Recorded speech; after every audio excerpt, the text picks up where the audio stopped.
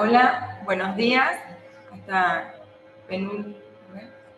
sería antepenúltima clase del curso de gastroenterología. En esta ocasión, la disertante es nuestra instructora, la doctora Erika Valdivieso, de aquí de la residencia de gastroenterología del Hospital San Bernardo. Ella es especialista en gastroenterología y además es secretaria de docencia e investigación de la Federación Argentina de Gastroenterología FAGE. En esta ocasión nos va a presentar una entidad similares como sea dispepsia funcional o gastroparesia. Bienvenida, doctora. Gracias, Euge, por la presentación. Buen día. Buen día a los que se encuentran presentes aquí en el auditorio, también a los que se encuentran conectados a través del Zoom. Gracias por acompañarme en esta clase. Bien. Vamos a comenzar. Como bien dijo Euge, hoy lo que vamos a abordar es el tema de dispepsia funcional y gastroparesia. Vamos a hablar y vamos a revisar, sobre todo, en qué aspectos estas patologías son similares y en cuáles son diferentes. Para ello, para entender estas patologías que resultan bastante complejas a veces de entender, vamos a trazar una hoja de ruta, que para eso vamos a ver los siguientes apartados. La introducción, vamos a hacer una breve introducción, los objetivos de esta clase, vamos también a abordar conceptos tanto de la dispepsia funcional como la gastroparesia, hablaremos también de las etiologías, síntomas de ambos procesos, los mecanismos fisiopatogénicos que están involucrados, así también como la evolución, el manejo terapéutico, que esto solamente vamos a abordar un algoritmo para poder abarcar de forma general tanto la dispepsia y la gastroparesia, porque como bien dije al inicio, son patologías complejas que nos llevaría a otra clase todo lo que hablar sobre tratamiento. También vamos a hablar sobre el estudio del vaciamiento gástrico, cuál es su utilidad y por último vamos a terminar con mensajes finales, es decir, con conclusiones. Bien, esta hoja de ruta lo pensé más que nada por los estudiantes que a veces nos acompañan en el curso, no solo el curso de gastroenterología, nos acompañan gastros, sino también médicos de residentes de formación de otras especialidades. Y bueno, más que nada traté de hacer una charla sencilla, dinámica, y que sea amigable, ¿no?, con estos términos para aquellos que recién entran en contacto con ciertos términos. Bien, a modo de introducción vamos a decir que tanto la dispepsia funcional y la gastroparesia son los dos trastornos más importantes de la función sensitivo-motora del estómago, ¿sí?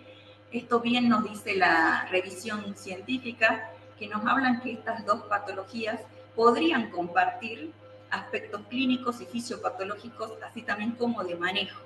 Por eso vamos a decir también que, bueno, estas son consideradas entidades diferentes, tienen conceptos diferentes, pero hay que tener en cuenta que ambas comparten, como bien dijimos, síndromes clínicos, etiologías y manejos. Bien. Como dijimos, en nuestra hoja de ruta planteamos el objetivo de la clase. Vamos a definir que nuestra tarea va a ser determinar si tanto la dispepsia funcional como la gastroparesia podrían considerarse dos entidades distintas o bien tratarse de un mismo espectro fisiopatológico, ¿sí? Y en esta oportunidad, bueno, puse la imagen de dos paisajes, porque esto, ¿no? En esta oportunidad, como les dije, estos dos paisajes nos van a determinar cuál va a ser nuestra tarea. Es decir, nuestra tarea va a ser pensar de que si son patologías similares o bien totalmente diferentes, o que pueden tener alguna característica similar entre ellas. Bien.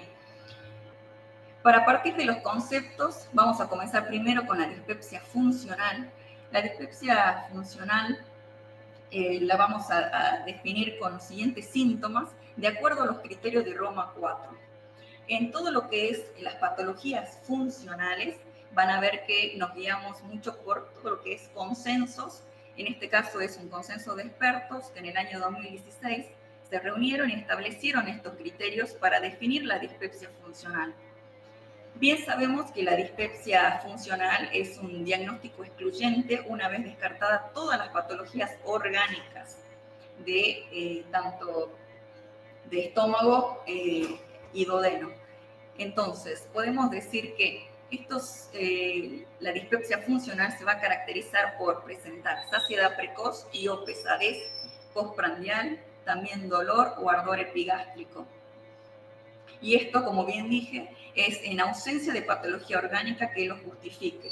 Estos síntomas deben comenzar al menos en los últimos 6 meses del diagnóstico y estar presentes en los 3 meses.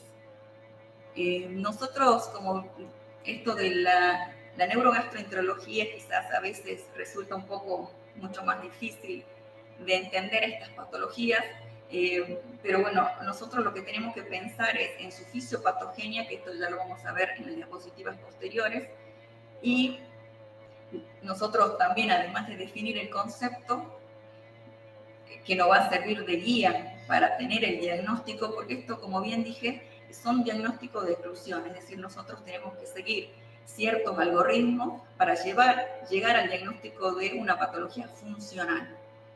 Así también ahora nos vamos a enfocar con la gastroparesia, que la gastroparesia, como bien dijimos, es un conjunto de síntomas en los cuales también presenta saciedad precoz, pesadez postprandial, va a presentar dolor, ardor en la zona del epigástrico, es dolor y o ardor, náuseas y vómitos. Quizás esto es lo más característico, las náuseas y vómitos en la gastroparesia.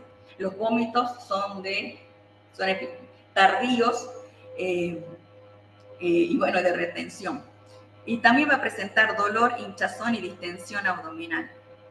Nosotros esto, como verán, en comparación con los criterios de Roma 4 para hacer el diagnóstico de dispepsia funcional, en la clínica es bastante difícil, ¿no?, de diferenciar porque ambos comparten síntomas, salvo, como les dije, que lo más característico de la gastroparesia son las náuseas y los vómitos.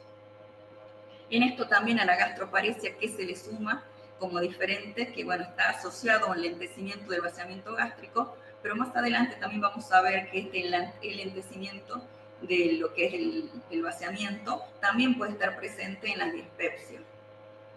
Y bien, como dijimos también, en ausencia de una patología estructural que lo justifique. Esto tiene que ver, como les dije, que nosotros tenemos que descartar siempre patología orgánica.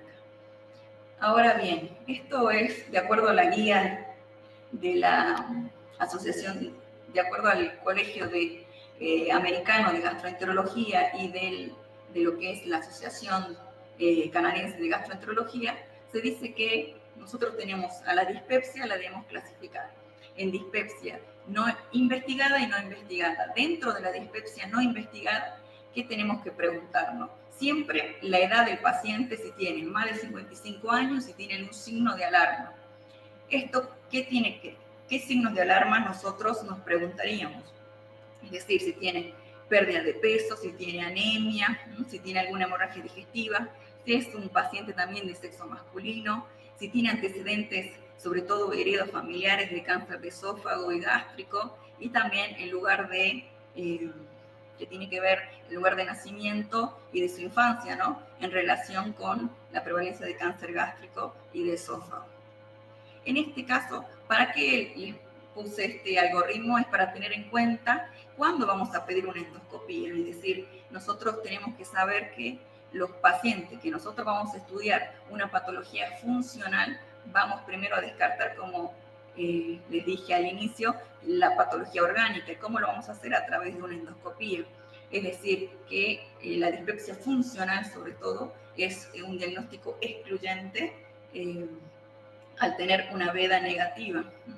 Entonces, en este caso, si nosotros seguimos el algoritmo, vamos a ver que si nosotros le hacemos una endoscopía y hay una patología orgánica, obviamente el tratamiento va a ser específico. En este caso, si el paciente tiene ahora vamos a seguir, si el paciente no reúne, ¿por qué decimos esto de tener en cuenta la edad y signo de alarma? porque también se establece que a cada paciente hay que estudiarlo de forma diferente, en el sentido de que hay que valorar quién requiere o no la endoscopía. Entonces, el paciente que no lo requiere, hay que pensar en los fármacos que pueden estar causando esta dispepsia, como por ejemplo el consumo crónico de AINES, los glucocorticoides, el consumo de hierro, ¿sí? Entre otros. Y en este caso, sobre todo también, ¿qué nos dice la guía? Nos habla de que del Colegio Americano, nos dice que nosotros lo que tenemos que hacer es investigar el Helicobacter pylori. ¿Cómo lo hacemos? El investigar el Helicobacter pylori es a través de pruebas que son no invasivas, es decir, con la búsqueda del antígeno para el Helicobacter pylori en materia fecal, y también se puede hacer con el test del aliento de urea. Y en este caso, nosotros, ¿qué se dice? Tenemos que investigar y tratar en el caso que esté presente el Helicobacter pylori y preguntarnos si hay respuesta clínica o no. Es decir, que si nosotros, después de los 6 meses, ya el paciente no presenta síntomas, es una dispepsia asociada al Helicobacter pylori. ¿Por qué? Porque muchas guías hablan de que el Helicobacter sería una causa orgánica de la dispepsia. Entonces, en este caso, sería una dispepsia asociada al Helicobacter pylori. Bien, ahora, si el paciente, a pesar de este tratamiento erradicador, después de los 6 meses persiste con los síntomas, esto nosotros hablamos de que nos preguntamos si cumple o no los criterios de Roma 4, en lo que dijimos en este consenso. Si cumple estos criterios, los criterios clínicos, hablamos ya de una dispepsia funcional. Y bueno, siempre hay que pensar nosotros también en otras patologías que pueden estar ocultas, como puede ser la enfermedad por reflujo, una mala absorción, es decir, la enfermedad celíaca, bueno, patología biliopancreática, y bueno, hacer pruebas específicas. Esto más que nada, le puse el algoritmo para que ustedes vean que el diagnóstico es bien excluyente, ¿no? Primero siempre lo orgánico y después lo funcional. Es decir, que nosotros tenemos que estudiar al paciente a través ya sea de una endoscopía o métodos no invasivos para el Helicobacter pylori. Y acá ustedes verán que el rol, ¿no? De que tiene un rol importante el Helicobacter, la búsqueda del Helicobacter, para descartar que no tenga una dispepsia asociada a esta bacteria. Bien, ahora bien, para poder entender lo que es la gastroparesia, vamos a hablar primero de la fisiología normal de la función gástrica. Quizás a veces en estos temas son bastante complejos. ¿Por qué? Porque nos llevan a estudiar a profundidad lo que es la fisiología. Entonces a veces lo tenemos muy olvidado o a veces bueno, no logramos entender a profundidad porque no nos abocamos a ver esta parte, ¿no? De lo que es la fisiología. Esto hay que tener en cuenta que el estómago tiene 3 partes que son importantes en lo que es la función gástrica, lo que es el fundus, lo que es el cuerpo y el antro, y lo que es la región del píloro y el duodeno. Esto cómo van a actuar en este sentido. El fundus lo que va a hacer es se relaja y se acomoda, ¿sí? Para adquirir el alimento, el volumen del alimento, y de esto, a través de las células intersticiales de Cajal, que ahí figura como marcapasos gástricos, son los que se activa todo el sistema de conducción eléctrico, y esto genera a nivel del antro y del cuerpo la trituración y la propulsión del alimento, que está en gran tamaño en esta zona del antro y del cuerpo. Lo que va a hacer es transformarse en pequeños fragmentos, y a su vez volcar luego a través del píloro al duodeno por medio de la peristalsis, y el duodeno por peristaltismo también, y propulsión, va a generar que bueno, siga con su proceso de absorción. Esto es importante, como les dije, porque acá vemos todo lo que es la importancia, ¿no? de estas tres partes, y dentro de la fisiopatología de la gastroparesia, ¿qué sucede? Hay una alteración en el fundus, es decir, esta acomodación, no se produce ya la relajación, es decir, que no se genera esta adaptación del alimento, del bolo, y estas células marcapasos que dijimos que son las células intersticiales, lo que pasa es que disminuyen en cantidad. Y entonces, al haber disminución de la cantidad de las células intersticiales, esto va a generar una disminución de la motilidad, es decir, de todo este aparato contráctil del antro va a estar disminuido.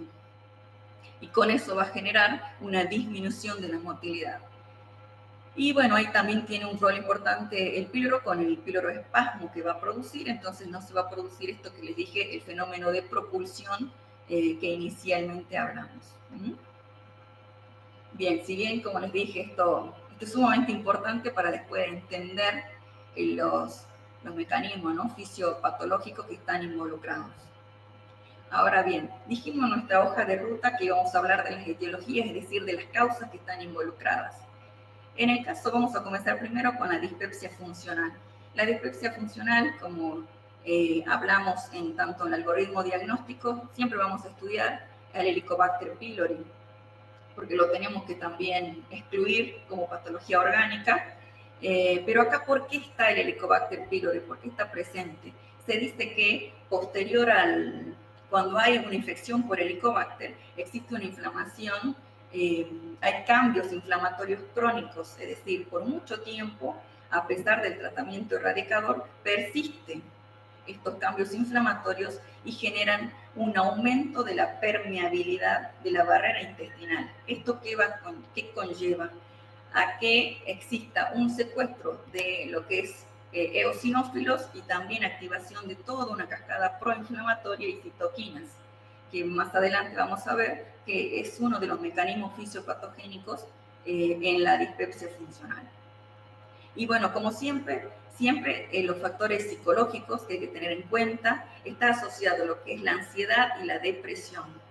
Esto se decía antes que la dispepsia funcional era un trastorno sensitivo somático puramente, pero bueno, hoy en día esto ya con toda la nueva evidencia se dice que en realidad es todo un trastorno neuroinmunitario, que lo vamos a ver con toda la cascada proinflamatoria que se genera.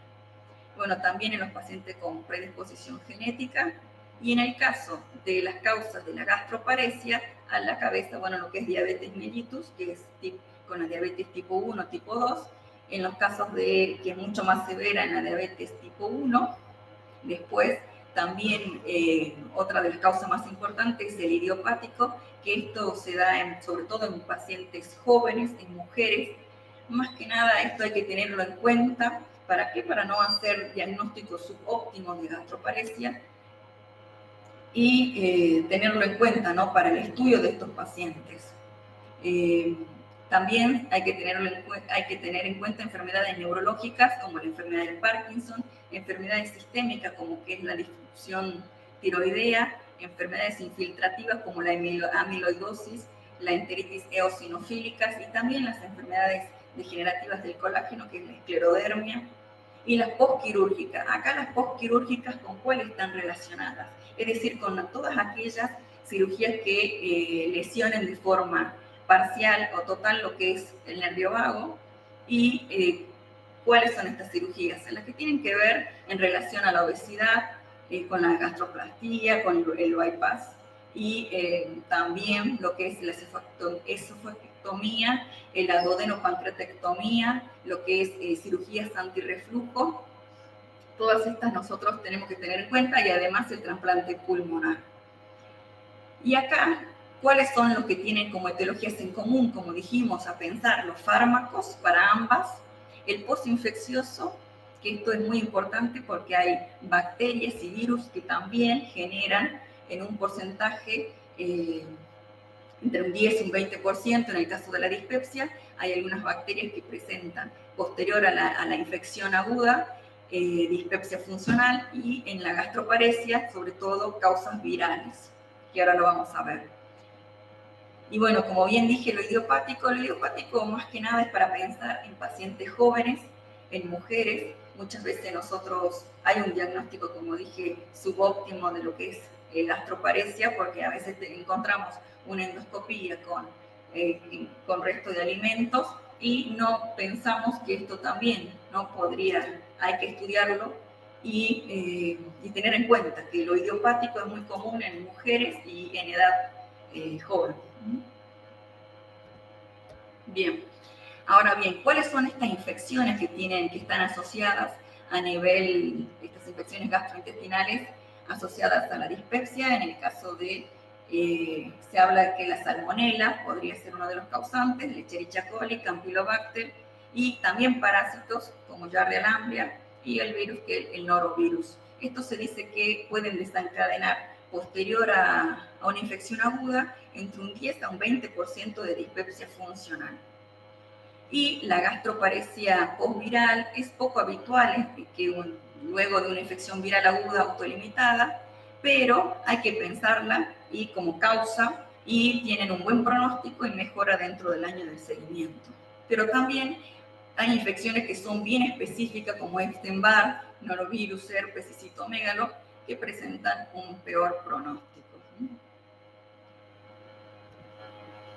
Bien, ahora como dijimos y como nos habíamos adelantado de los mecanismos fisiopatogénicos, decimos que la dispepsia funcional tiene un rol muy importante lo que es, y protagónico, lo que es el duodeno. ¿Por qué? Porque la inflamación duodenal sería una de los causantes de generar la dispepsia funcional. ¿Por qué? Porque es por este mecanismo que dijimos. Antígenos específicos de ciertos alimentos o de algunas bacterias o algún proceso infeccioso que hace, genera lo que es aumento de la permeabilidad intestinal. Esto causaría todo lo que es el aumento de la llegada de los eosinófilos, activación de los linfocitos helper y a su vez también presencia de citoquinas, la producción de citoquinas. Entonces genera ahí esta inflamación duodenal, generando una alteración a nivel sensitiva de las terminaciones nerviosas a nivel duodenal. Por eso es que tiene un rol protagónico y así como la disbiosis de la microbiota duodenal. Por eso muchos de los, algunos proponen que el uso de los probióticos en el tema del tratamiento por esta razón. Por eso lo van a ver en la bibliografía que a veces hablan de esto y está en relación por esto. Y bueno, también esto, como dijimos, que se genera una hipersensibilidad que es sensitiva en estas terminaciones nerviosas a nivel duodenal. Y con la gastroparesia, ¿qué es lo que pasa? Teniendo en cuenta y recordando estas imágenes que vimos, en donde hablamos de la fisiología, de la función gástrica, dijimos que las disritmias gástricas se producen ¿por qué? Porque hay una alteración en el número de las células intersticiales de Cajal. Estas células marcapaso pierden este sentido de conducción eléctrica y se generan estas disritmias gástricas. También todo esto que conlleva una hipomotilidad antral, dijimos que todo lo que es antro y cuerpo tienen una actividad muy importante en lo que es como pilar contráctil a nivel de este estómago, es decir, que ayudan a que se produzca la mezcla y a su vez disminuir esas partículas en cantidades pequeñas para que puedan ser, generarse la propulsión hacia el duodeno. Y esto también, ¿no? Se genera a nivel del píloro, a un nivel del espasmo, entonces se ve alterada esta función de esfínter en sí. ¿Por qué pongo esta del píloro espasmo? Porque vamos a ver también después dentro del algoritmo terapéutico que una de las terapéuticas es actuar a nivel del píloro. Y después tenemos, bueno, la dismotilidad duodenal, que dijimos también que tiene un rol importante. ¿Por qué? Porque vimos que en la fisiología, ¿no? de lo que es la función y del vaciamiento gástrico tiene un rol importante. ¿Y cuáles son las similitudes entre estas dos patologías? Dijimos que la alteración de la acomodación, es decir, van a tener un vaciamiento gástrico enlentecido. Vamos a ver que en la dispepsia funcional, más adelante, cómo va a estar este vaciamiento a través del estudio de la función del vaciamiento gástrico. Y también existe lo que es la hipersensibilidad del visceral. Esta hipersensibilidad, ¿cómo se va a traducir? Por medio de dolor en la zona del epigastrio. Por eso es que es una de las características y es uno de los criterios diagnósticos. Bien, esto, como bien presentamos al inicio de la clase, dijimos que nosotros vamos a tratar de determinar cuáles son las semejanzas y las diferencias entre la dispepsia funcional y la gastroparesia.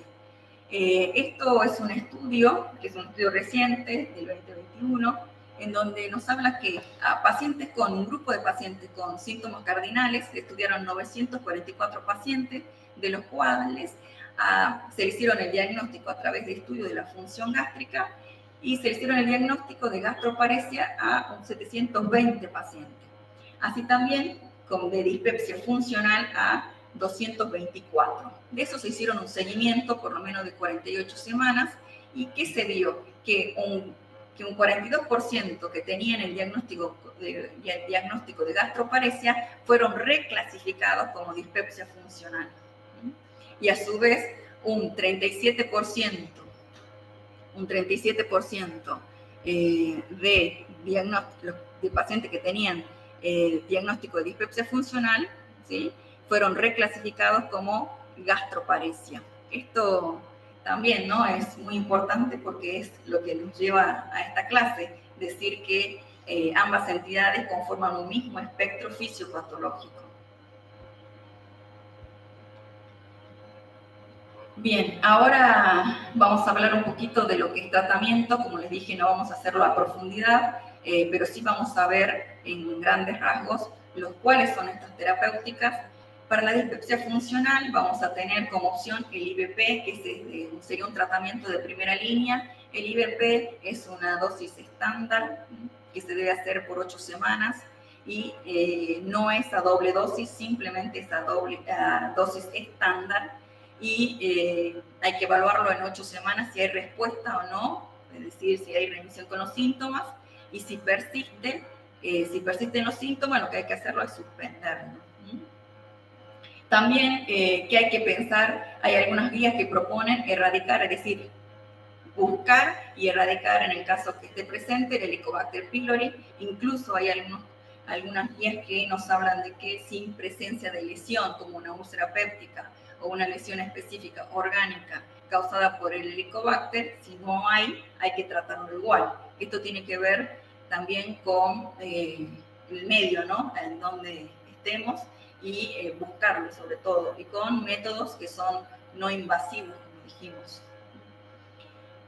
También se propone la fitoterapia, que es la terapia de hierbas, que esto es lo más común, bueno, el que está en el mercado es el Iberogás, que es una solución en gotas, que eso es de Bayer, y lo que tiene esto es una solución de 9 plantas herbales, y bueno, como siempre, lo que es la fitoterapia no tiene una evidencia fuerte en el tema de su uso y bueno, de seguimiento, ¿no? Pero bueno, para que ustedes lo sepan, que eso también está. La gastroparesia, que vamos a tener como tratamiento, además de la modificación de la dieta como primera medida, la modificación de la dieta lo cumplen para ambas, tanto para la dispepsia como la gastroparesia. ¿A qué nos referimos con la modificación de la dieta? Es hacer una dieta fraccionada, es decir, de 4 a 6 comidas al día, disminuir el contenido en lo que es el contenido de grasas, también en lo que es en fibras, porque esto que genera distensión a nivel gástrico y con esto el consiguiente hipersensibilidad, lo que es visceral, y el dolor, ¿no? Entonces, en esto es la propuesta, modificar la dieta para ambas. A su vez también en la gastroparesia el uso de antieméticos. Estos antieméticos, ¿cuáles van a ser? Es decir, por ejemplo, la metoclopramida, que esto también tiene un efecto prokinético, como es de segunda línea también para lo que es la dispepsia. Y no se lo puede usar, lo que hay que tener en cuenta que, bueno, la metoclopramida no se puede usar más de 12 semanas. ¿Por qué? Porque atraviesa la barrera hematoencefálica y esto genera síndromes extrapiramidales, entonces por lo que, bueno, tiene sus efectos adversos que hay que tenerlo en cuenta. Bien, después también dijimos que en común tienen, además de esto, de la modificación de la dieta, que tienen en común tanto la dispepsia y la gastroparesia como terapéutica, los prokinéticos, el uso de los prokinéticos. Esto se ha visto que tienen una gran utilidad y bueno, son de segunda línea en el tema de tratamiento. Y a su vez también los neuromoduladores, que estos son para ambas patologías, como por ejemplo, en el caso acá vamos a ver la dispepsia funcional, que como bien dijimos, este es un manejo terapéutico. De las medidas higiénico-dietéticas ya hablamos, y sobre todo también tener en cuenta esto, ¿no? Dijimos que como factores causantes están los fármacos y cuáles, bueno, hay que evitar estos fármacos como los AINES, los glucocorticoides, y bueno, y esto tenemos que volver a pensar si esto, ¿no? Si existe o no la presencia del Helicobacter pylori, en el caso si no, investigar al Helicobacter y hacer un tratamiento erradicador. Y bueno, esto ya, si en el caso de que hay una respuesta clínica sostenida más de 6 meses, hablamos que esta dispepsia estuvo asociada al Helicobacter pylori. En el caso de que dijimos ya que estamos seguros que no hay Helicobacter pylori, el ensayo, como dije, es con el tratamiento con el IVP a una dosis estándar, no es a doble dosis, es durante 8 semanas. ¿Qué nos vamos a preguntar ahí? ¿Hay respuesta clínica o no? Si hay respuesta, tenemos que esto, como dijimos, mantener el IVP, que ya sea de forma continua o a demanda, pero mientras persista la clínica. Y si no hay respuesta, vamos a una segunda línea, que son el uso de los prokinéticos o los neuromoduladores, como los antidepresivos tricíclicos. Esto es sumamente importante porque muchas veces nosotros vemos sobre el uso del IVP y no sabemos cómo lo vamos a usar. Esto es sumamente importante, sobre todo para los residentes que están en formación, de entender, ¿no?, que el IVP es una dosis estándar y nuestra segunda línea va a ser el prokinético. Y si nosotros hay una remisión clínica, el IVP lo vamos a mantener, ya sea de forma continua o demanda. Y en el caso de si no hay respuesta clínica, otras opciones de tercera línea van a ser usando otros neuromoduladores, la fitoterapia, que dijimos que no hay una evidencia fuerte, esto del Iberogás, que son esas gotas. Y bueno, también en esto el algoritmo hay que tener en cuenta todo lo que es la psicoterapia. Pero en esto hay que hablar con el paciente, porque el paciente muchas veces, existe una negación para asistir, ¿no? Tiene que haber una empatía también y hacerlo esto en un ambiente amigable. Siempre hay que hacerle entender al paciente de qué viene, ¿no?, esta patología, entender que lo que son los factores psicológicos cobran un rol importante y tratar de modificarlos van a ayudarnos a que esto tenga éxito. Bien dijimos que las patologías funcionales son bastante complejas ya de entender, a su vez requieren muchos análisis. ¿Por qué? Porque hay que estar revisando constantemente y como ustedes vieron, todo se basa en consensos que van cambiando, este consenso de Roma, por ejemplo, el de 4 es porque existieron consensos previos, entonces eso quizás lo hace mucho más difícil, ¿no? Y bueno, es que a todos nos guste también estos temas. Pero bueno, es importante explicarle al paciente el rol, ¿no?, y qué factor juega todo lo que es psicológico y tratar, en el caso de si existe la ansiedad o depresión, estas patologías.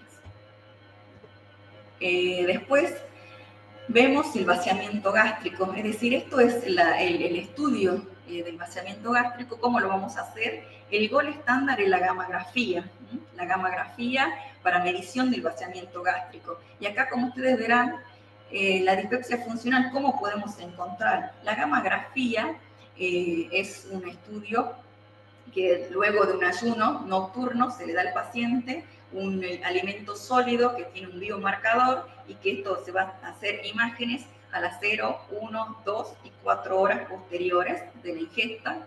Y si existe una retención mayor al 10% en las 4 horas, se habla que hay un vaciamiento gástrico retardado o enlentecido. Y pensando en esto, ¿no?, en que dijimos cuáles son estas semejanzas que pueden existir en estas dos patologías, se dice que la dispepsia funcional, ¿cómo puede estar este vaciamiento gástrico? Y bueno, acá mostramos que puede estar acelerado, puede estar normal o bien levemente enlentecido, que esto es lo que comparte con la gastroparesia también, porque la gastroparesia en grados leves puede tener, ¿no?, solamente leve enlentecimiento o bien ser severa esta gastroparesia. Esto quizás también nosotros nos preguntamos, ¿no?, si la gammagrafía se hace acá en Salta. Bueno, en el Hospital Oñativi se hace, así que bueno, esto también, ¿no? ¿Qué tiene? Quizás si uno nos preguntamos cuáles son las ventajas y desventajas de lo que es. Bien nos queda claro que es el gol estándar para el diagnóstico y como ustedes vieron, estas dos patologías comparten síntomas, comparten algunos factores etiológicos, gran mayoría de factores etiológicos, mecanismos fisiopatológicos iguales, y la terapéutica, si bien hay algunas diferencias, hay en común lo que es modificaciones de la dieta, el uso de prokinéticos y neuromoduladores. Y pensando en el diagnóstico, esto es lo que nos ayuda a discernir, ¿no? Y determinar ante cuál patología estamos presentes. Si estamos ante una dispepsia funcional o gastroparesia, lo hacemos a través de la utilidad de la gamografía. ¿Qué tiene bueno, que es un estudio también, las desventajas, si podemos decir, es que es un estudio prolongado, ¿no? Si hablamos nosotros de que se hace dentro de 4 horas, tener eso en cuenta, también que usa radiación, entonces hay que tenerlo con cuidado de uso de precaución en mujeres en edad fértil, y a su vez también, bueno, que no todos los centros disponen de medicina nuclear, entonces por ahí también dificulta, ¿no? el diagnóstico.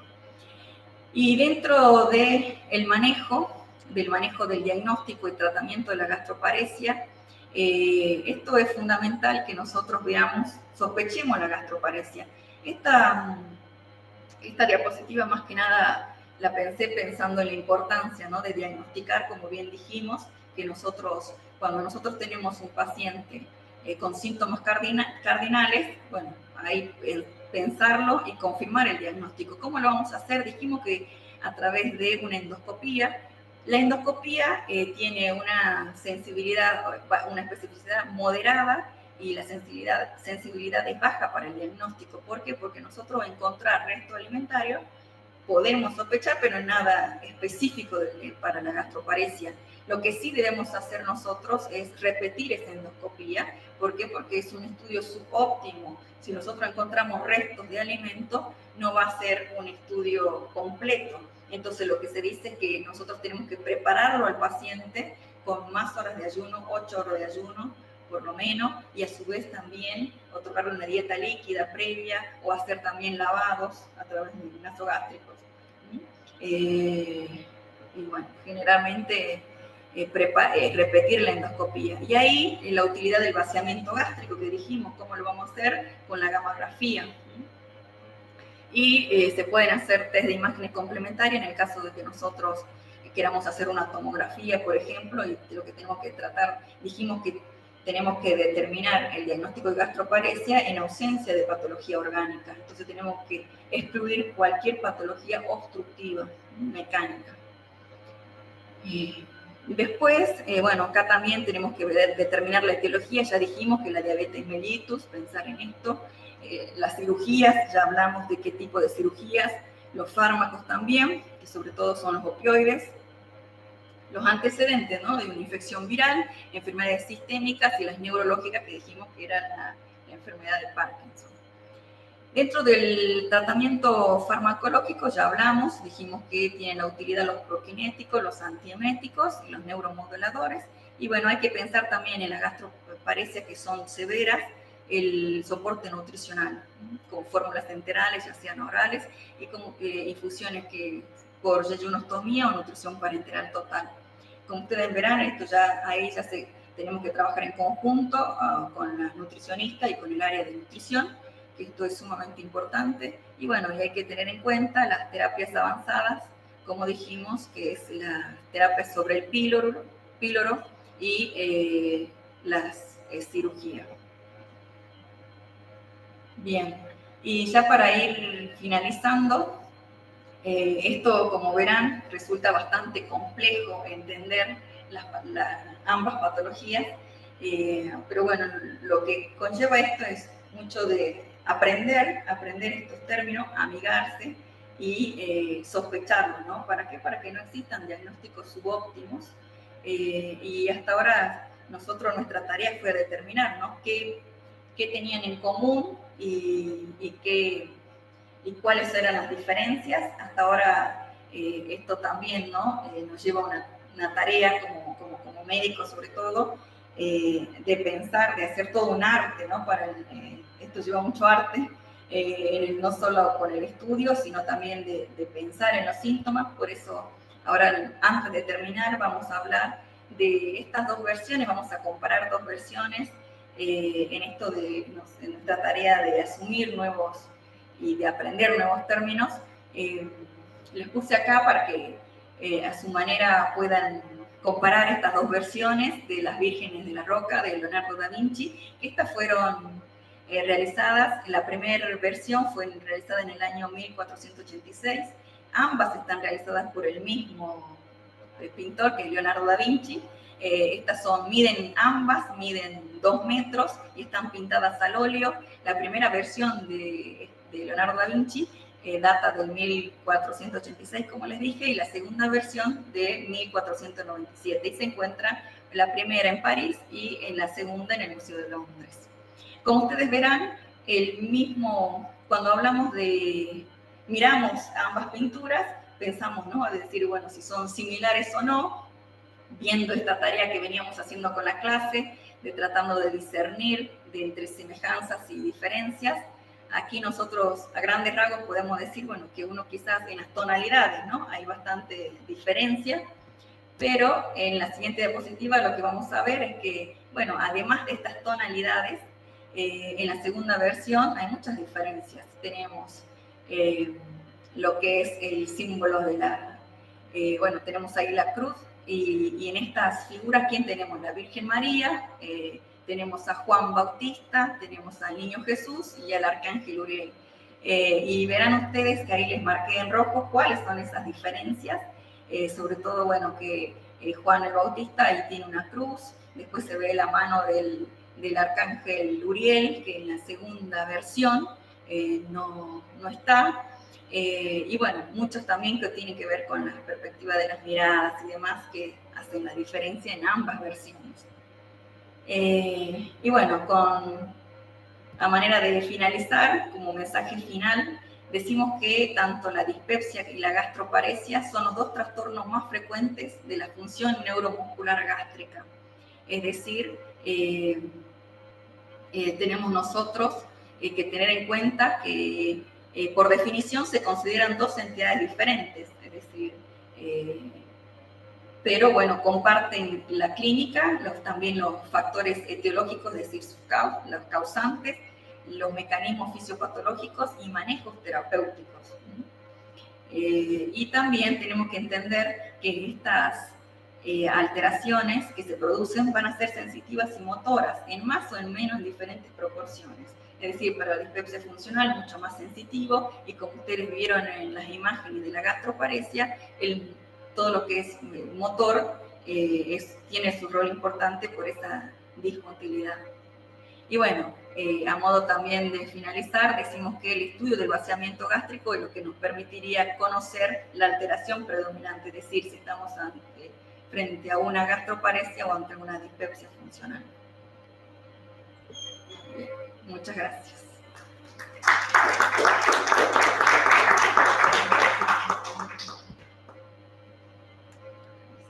Muy bien, muchas gracias, doctora. Muy claro.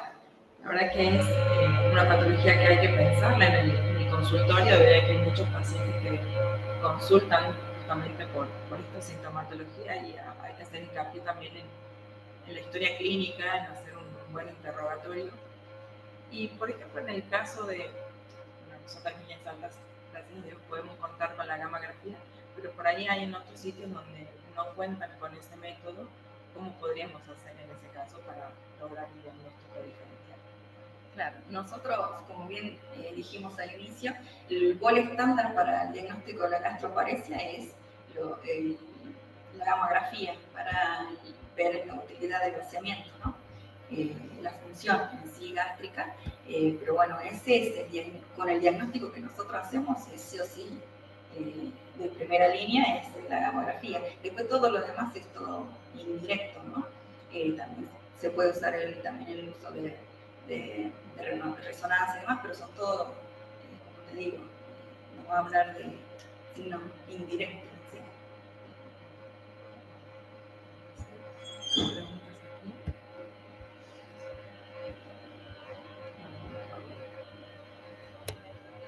Buenos días, Erika. Una felicitarte por la presentación.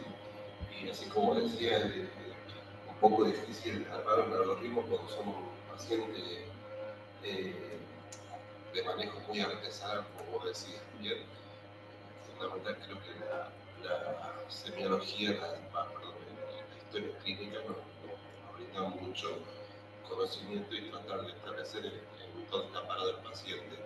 Mi pregunta es, en la guía que vos te referís, ¿cuáles son los fármacos más asociados a la gastroparesia que te aparecen ahí?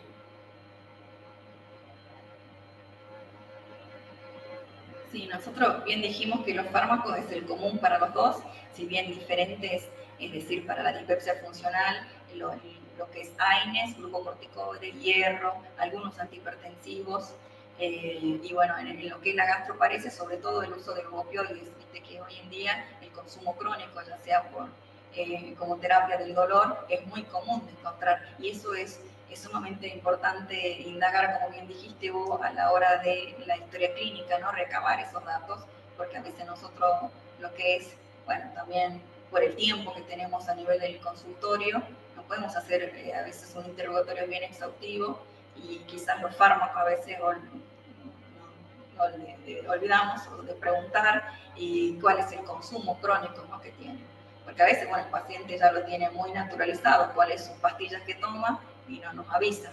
Entonces siempre hay que tenerlo en cuenta y por eso lo puse acá como etiologías, ¿no? Que hay que tener presente. En el auditorio no hay interrogante y en el chat lo están felicitando por la disertación. Sí, es como, bueno, dijo Martín también, de que es un tema complejo porque hay muchos factores, ¿no? No solamente a tener en cuenta, sino todo lo que es, para entender la fisiopatogenia, es muy importante ver todo lo que es fisiología. Y bueno, yo quiero que también esto que quede bien preciso el tema de que las patologías funcionales uno las debe ya estudiar y bueno, sobre todo pensar una vez descartado todo lo orgánico, pero esto es para todas las patologías funcionales. Eso para sobre todo los chicos que están en formación, tener en cuenta eso, ¿no? Que nosotros no podemos obviar una endoscopía, sino por decir, bueno, me voy al consenso de Roma y bueno, se encaja acá y ya está. No, es importante tener en cuenta eso, que nosotros al paciente tenemos que estudiarlo, tenemos que hacernos estas preguntas de cuáles son los síntomas de alarma, en qué momento nosotros le pedimos la endoscopía. Bueno, y si bien las guías hablan de que se debe evaluar cada paciente por separado y decir, bueno, quién requiere o no esta endoscopía, pero como ustedes vieron, el diagnóstico de dispepsia funcional es excluyente, es decir, partimos de una veda negativa. Así que, bueno, en esto también la bibliografía habla de que en estos pacientes con patologías funcionales es, digamos, la gran mayoría de estas vedas totalmente negativas, entonces ahí llegamos al diagnóstico. Y como ustedes vieron, es que todo esto uno tiene que ir armando los diagnósticos, ¿no? Y eso creo que es lo que hace más complejo estas patologías. ¿Por qué? Porque tenemos que ver los síntomas, ver los diagnósticos a través de estudios complementarios que a veces no nos van a dar el sello diagnóstico, pero sí nos van a ayudar a decir, bueno, a decir que estamos con certeza ante una dispepsia funcional o una gastroparesia. Pero es sumamente importante esto, ¿no? De que ambas comparten mucho, es decir, ¿qué habla la revisión científica? No habla de que existe una superposición, es decir, estas dos entidades comparten muchos mecanismos fisiopatogénicos y bueno, clínicos, ni hablar lo clínico, ustedes vieron que para la gastroparesia solamente hay que pensar la diferencia en la náusea, los vómitos, y bueno, después comparten síntomas que es difícil ahí discernir ante cuál estamos presentes. Y bueno, más que nada eso, ¿no? Que creo que es sumamente importante, que lo funcional es previo a descartar siempre lo orgánico, eso no lo excluye. Muy bien, muchas gracias doctora, muchas gracias también a la gente de Zoom.